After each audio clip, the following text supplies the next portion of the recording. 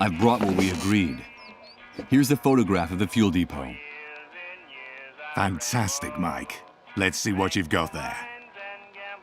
This is incredible. Those pigs have been storing thousands of gallons of fuel, and all within our reach.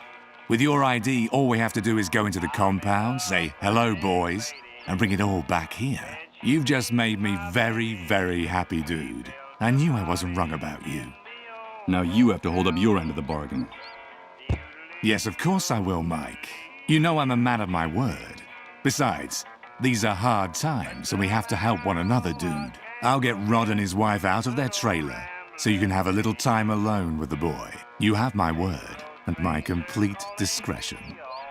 But remember that you promised that we'd do it my way, quietly and with no violence. I don't want anybody getting hurt. I just need your men to distract his parents on some pretext for long enough for me to slip in there, okay? Of course, Mike. You have my word that we'll only do what's necessary. Only what's strictly necessary.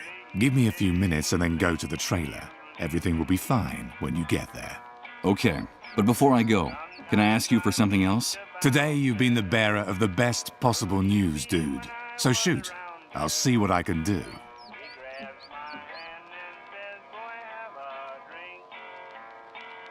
Some soldiers murdered a friend of mine in the sewers. I need you to take care of her body. Well, well, well. Murdered in the sewers? And what the hell was your friend doing there? Wait, don't answer. I've heard about that custom among some relatives of the sick. It means she was hiding a dissolved in the sewers. Or am I mistaken? Yes, you're absolutely, totally, and completely wrong. I'm not going to tell you what she was doing there. About her commitment to learning the truth, to changing things in the shithole left behind by the Great Wave, where you move around like a fish in water. You'd be incapable of understanding it. You couldn't even imagine making a sacrifice like that. Even I have a hard time imagining it. It's none of your business. Listen, Mike, you know what I think of those disease carriers and of the people who hide them. For everyone's sake, they all belong in the hands of the cleanup brigades. But you know what? Your intentions are good, giving a friend a decent burial. You're loyal to your friends, and I like that. Above all, you've got to be faithful. Loyalty is everything in this new world. So consider it done. I'll take care of it, dude. Her body is in the sewer tunnel that comes out by the entrance to the camp. Your friend will have a decent resting place. I give you my word. I need an electric generator urgently. Hey, dude, calm down. I think you misinterpreted my offer. Since the Great Wave, a generator has become worth more than the lives of 100 people in this camp. Don't think I couldn't get you one. But the price will be so high that I can't imagine how you'll be able to pay me. I'm sorry, Mike. But I just gave you access to thousands of gallons of fuel. But those barrels aren't walking out of that place on their own. My men and I are going to have to risk our hides by going into the lion's den. I'm sorry, but the matter is closed. You should be going now. I've got to get the trailer sorted out. Give me a few minutes and then you can go there, okay? Adios, dude.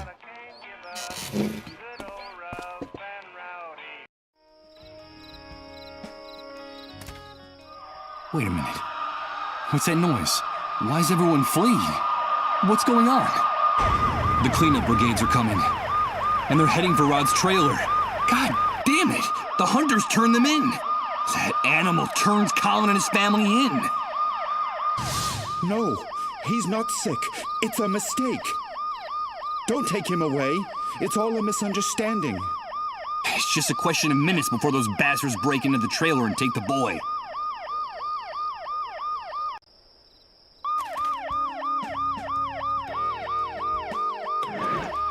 No, don't take him! If I want to use Please. something with it, maybe I should get closer to that window. Out!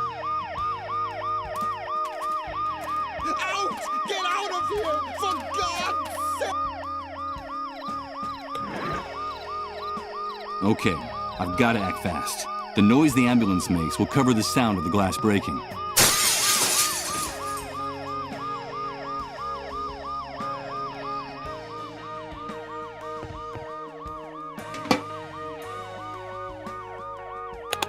Michael? Michael, is that you? Yes, Colin. It's me. But how do you know my name? Emily told me a lot about you. That's how I know you. She gave me a message. She said it was very important that I give it to you. What's all that noise outside, Michael? Where are my parents? It's nothing, Colin. Your parents will be back very soon. Don't worry. But it's impossible for you to have spoken to Emily. She's no longer with us. Yes, she is. Emily is always with me. When I go down the underground highways, she's there, waiting for me. Emily gave me a message, Michael. She told me it was something very, very important. Tell me what happens on those underground highways, Colin. The highways are very dark, and I don't want to go down there. They're too scary. There's no light, and they're full of ghosts. There are only shadows and voices down there. Everyone seems very sad and angry, and they tell me things I don't want to know, things I don't even understand. At first, I hid the whole time, so they wouldn't find me. Or I wandered around by myself for hours in the dark, until I met Emily. Now I'm not so afraid of the underground highways, Michael, because she's always there. You say that Emily takes care of you? But how is that possible? She protects me. She keeps me from feeling scared, because I used to be really scared. I didn't know what was happening to me. I didn't understand anything. But now with Emily by my side, everything is much better. She tells me that what's happening to me is normal, that I'm just sick, but that the sickness will go away soon. And that the pain will go away for good then, that she also got really scared when she got sick. Emily told you that she also got sick? Yes, she told me that she went through this before me, that a while back she got the same sickness I have. She told me that she felt very lonely too, and that the pain was unbearable, but that it finally ended. And that's why I shouldn't worry, that the pain and the fear will go away. She's very kind to me, Michael. She's very kind to everybody, isn't she? Yes, Colin. Yes, she is. Emily contracted the same disease. No, it can't be. Emily, a dissolved? Is that why they didn't let me see your body? Is that the reason for all the secrecy surrounding your death? And what is this message you have to give me that's so important? She told me that she couldn't come back to be with us, that she will be trapped forever on the underground highways, and that the same thing will happen to me very soon. That's why she asked me to tell you that we're connected, Michael. She told me that you'd understand. We're connected, and it's very important for you to remember that. Connected? What does that mean, Colin? Emily told me there was a thread that no one can see that joins us to you, and that's why there's still a chance we can be saved, but that only you could do it while there's still time. She told me that if we're connected, there's still some hope for us all. Can you make everything go back to the way it was, Michael? I don't want to be stuck on the underground highways forever. Can you really make everything go back the way it was, Michael? We're connected? What does that mean? I don't understand anything. This is all crazy. Michael, help me. It hurts so much. Make it stop. Colin, what's happening? Make it stop. Please. Colin!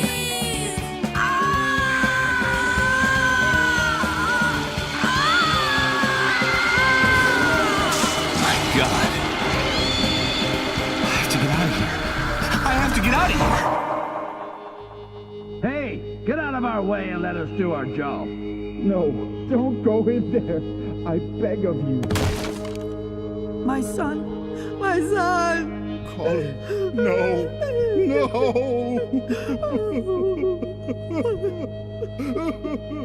Damn it. I can't breathe. If it's true that there's a way to change all this, I have to find it now. I don't think I can stand it any longer. I don't think anyone can.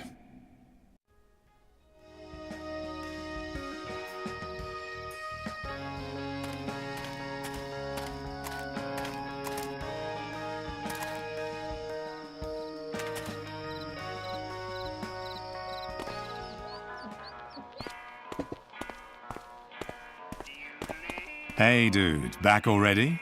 Nice to see you again around here.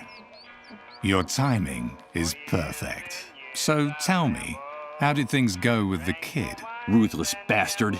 You called the cleanup brigades. Hey, calm down, Mike. Tone it down, okay?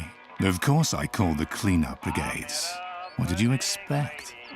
I was curious about your interest in the boy, so I did a little investigating on my own. My informants poked around Rod's trailer a little, and they discovered some things. Enough to find out how great a risk that kid and his disease represented to camp's safety. These are hard times, and we have to take care of each other, dude. It's our common responsibility. Besides, you already know what I think of those disease carriers and the fools who protect them, Mike. We agreed that we'd do things my way. We agreed that no one would get hurt. No, dude. You're confused. I promised you I would do only what was strictly necessary to let you talk to the kid alone. And that's what I did. I made sure the soldiers gave you as much time as you needed to do whatever it was you had to do with that boy. Frankly, Mike, I don't understand why you're complaining. You gotta do what you gotta do. Is that it? Of course, Mike. You gotta do what you gotta do. And that's something you already know better than anyone. But now, sit down and have a drink with me. We got things to celebrate. Thanks to the photo you brought us, the plan to get our hands on that fuel at the medical center has been finalized. That depot holds more gasoline than we could ever have imagined in our wildest dreams. We're going over there in a few hours. Hey, Michael, today is turning out to be a great day, don't you think? One of the best I can remember. No, I'm not gonna drink a toast with you because I don't have anything to celebrate. You're a despicable animal. Hey, watch what you're saying, dude. A pathetic, ignorant bastard. Garbage from the old world you were so happy to see swept away. Watch out, Mike. I warned you not to disrespect me in my bar, in front of my men. Don't keep tempting fate. Are you really offended? You're a vile insect with no morals. So God and the devil were good to you, you say.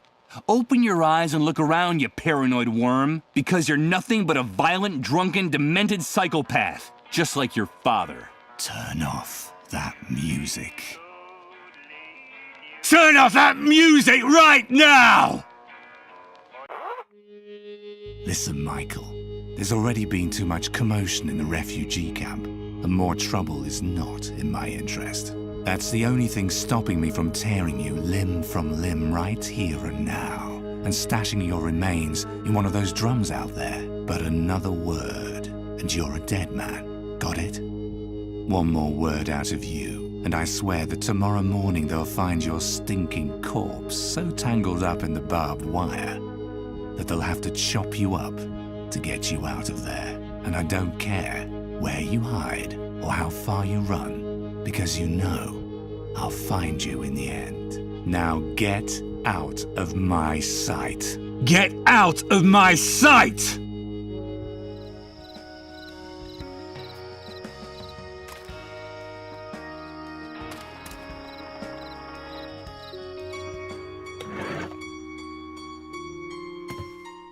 Hello, Mr. Sleepyhead. Have you come to help us? I don't know whether who I was before the Great Wave entitles me to make any kind of moral judgments. But what I do know is that the hunter and his men are a real cancer in this new world, which is the only thing that really counts right now. The girl has a right to defend herself, that bastard said. So someone should give her the chance to do that. It's only fair, right? I can't get you out of here, Rose. I'm sorry. You're the only one that can do it. Thank you. As she was picking up the revolver, she gave me a look of determination that I didn't know she had in her. Rose acted so quickly that I barely saw what happened through the crack in the door of her van. Her hand was steady, even when the second man begged for his life, sobbing and groveling on the floor. The bullet went right through his heart. Blood splattered all over her white dress. And then she let the revolver drop and sat down, lost in her own world. And she didn't do or say anything else, holed up in her tiny, delirious inner landscape. There she had everything she could ever need, safe at last from the new world, which she will probably never return to.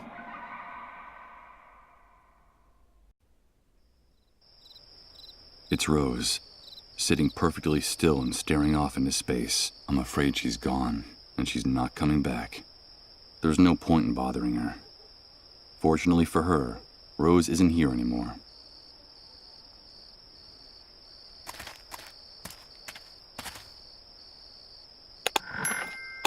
I'm not gonna pick up that revolver. What for? Rose fired the only 2 bullets left in the chamber. Damn it. That's what happens when you bring electrical devices in contact with water. The contents of the water tank made it completely useless. No, the water turned the generator into an enormous hunk of scrap metal. Why would I want to take it with me in this condition?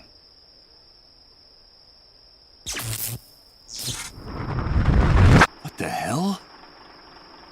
Another one of those repeating images. Of those damn time loops. No. Rose. No, don't do it. No! It's Rose, killing her captors again. But there's something in this one that makes it different. It feels more real and more intense than the other times. The tank doesn't have any leaks, so no water dripped onto it. It's incredible, but the generator is working again.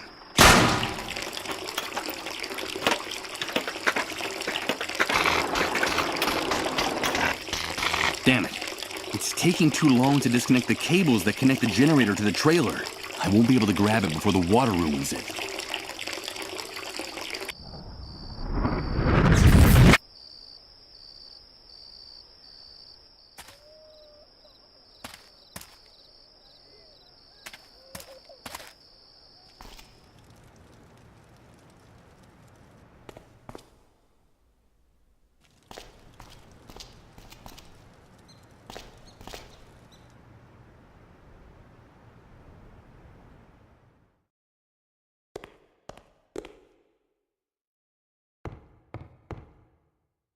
Whoever designed this building didn't go to too much trouble to conceal the structural elements. There are pillars and wooden beams all over the place. A line of tiny screws holds up the white backdrop that hangs from the crossbeam.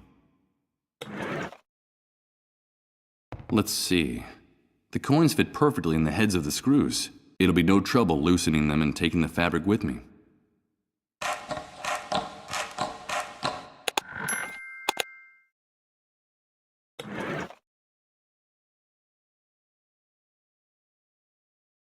It's the backdrop I use for the photography jobs I did at home. It looks waterproof.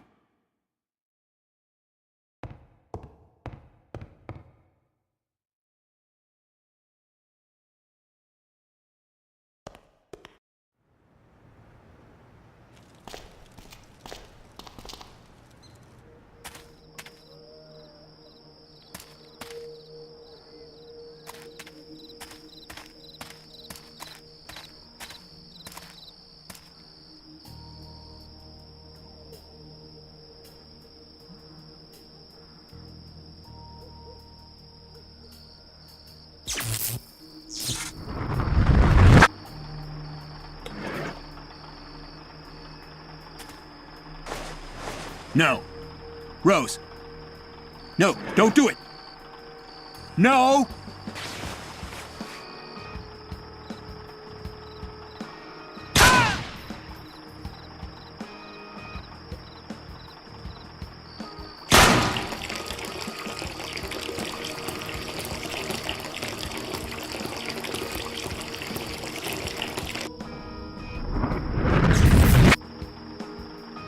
Okay. First, I'll unplug the cables that connected to the trailer.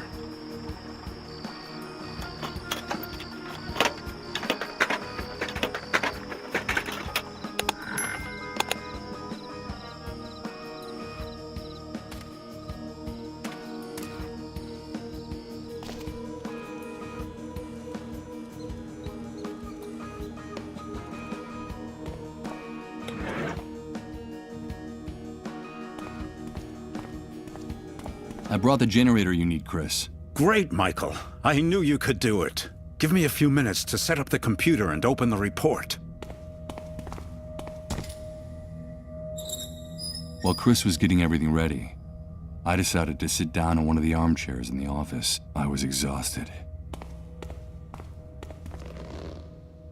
My mind had been trying to make sense of the last few hours of my life for what seemed like an eternity.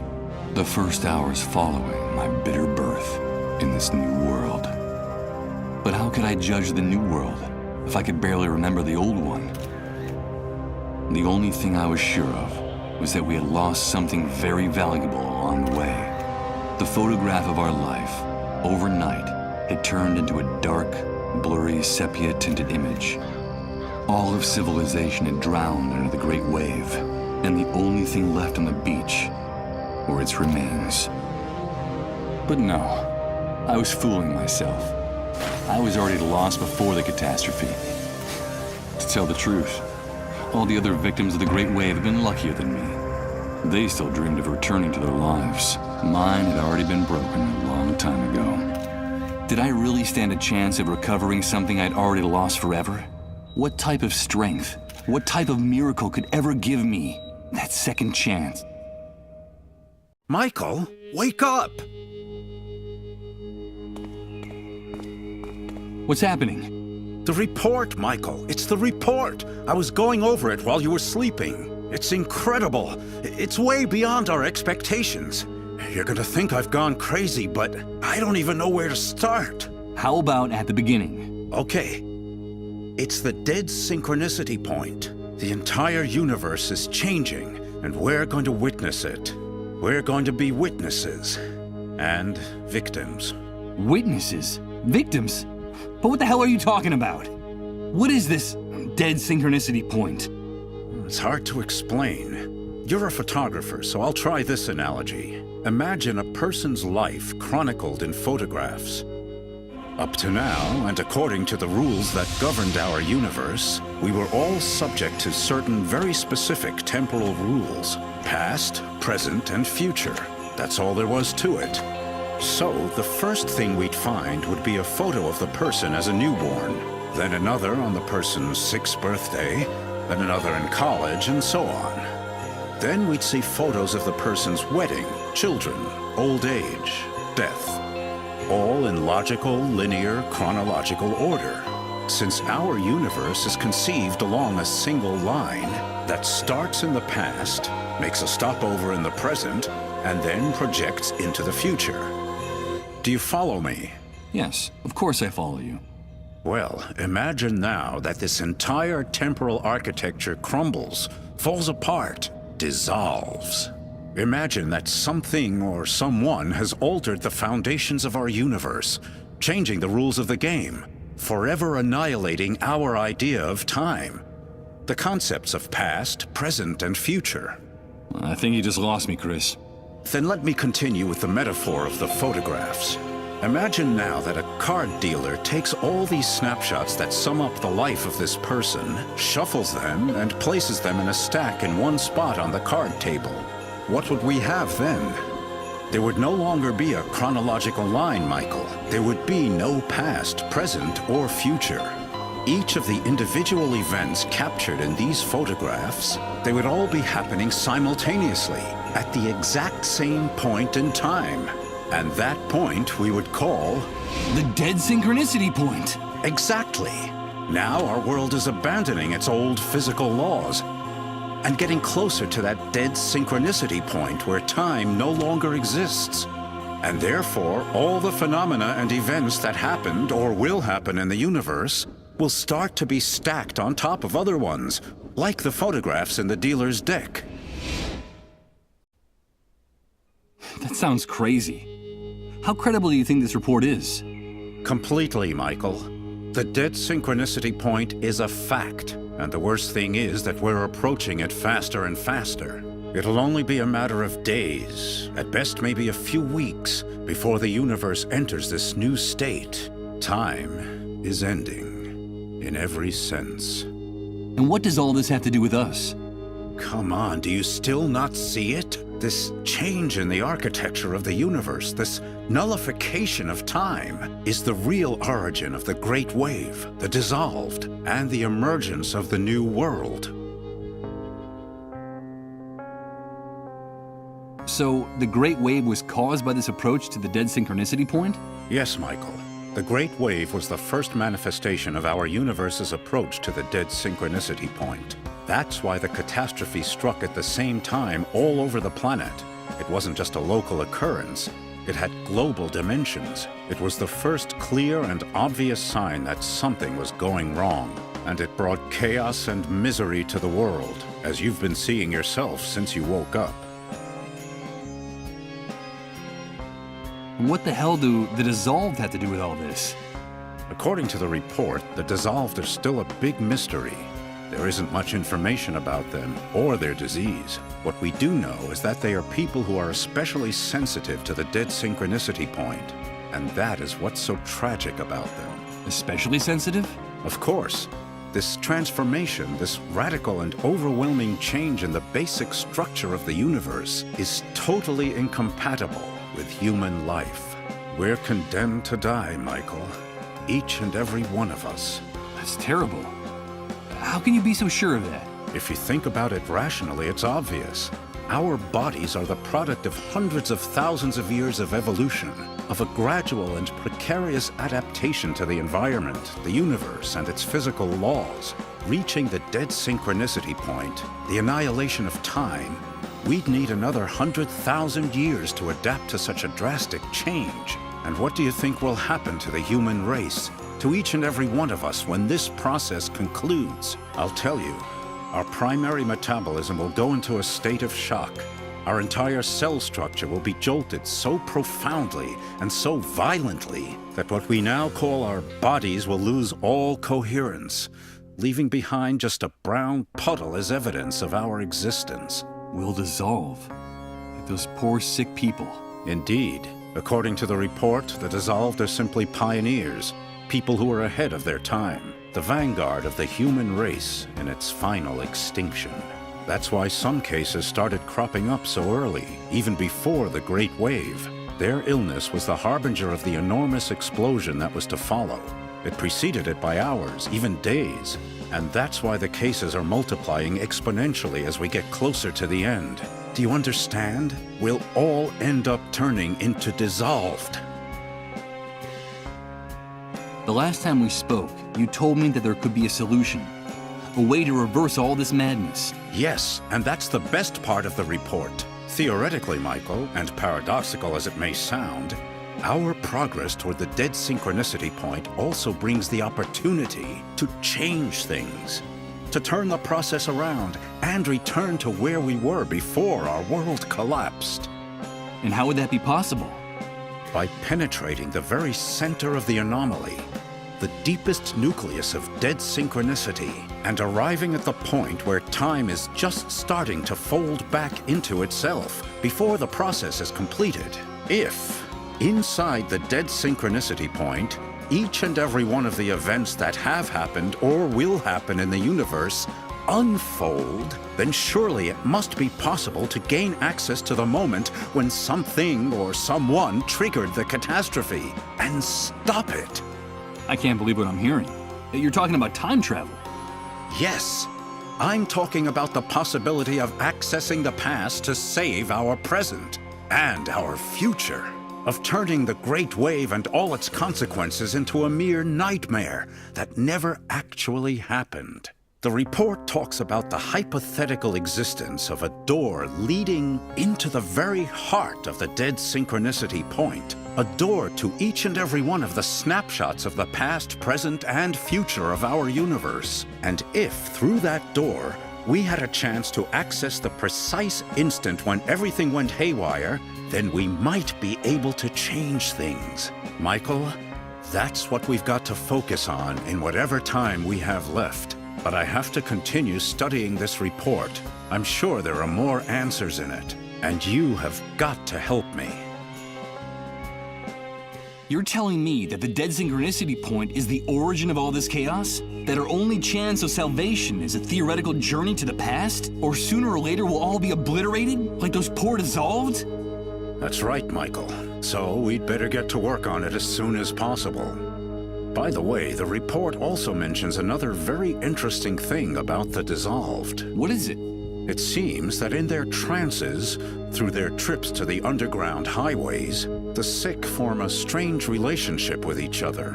It's as if the disease unites them, regardless of any physical distance that might separate them. The report is very unclear on this point, but it seems as if the dissolved are somehow linked, connected. My God. That can't be. Remember, please, remember. Everything fits now. Everything makes sense. Please. Enough. My head. Emily asked me to tell you that we're connected, Michael. We're connected. Michael, what's going on? Chris, get one of those tests ready. Fast. But what for? You don't think that you're also... Do as I say. Okay. Give me your hand.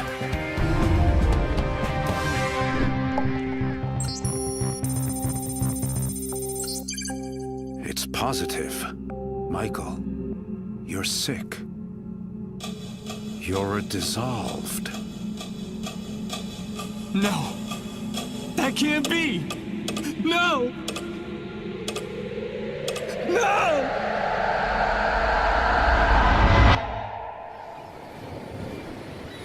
Michael. Michael. Wake up. Emily? Emily, is that you? Please, Michael, wake up. Wake up. Is that really you? Where am I? Yes, Michael. It's me. You are on the underground highways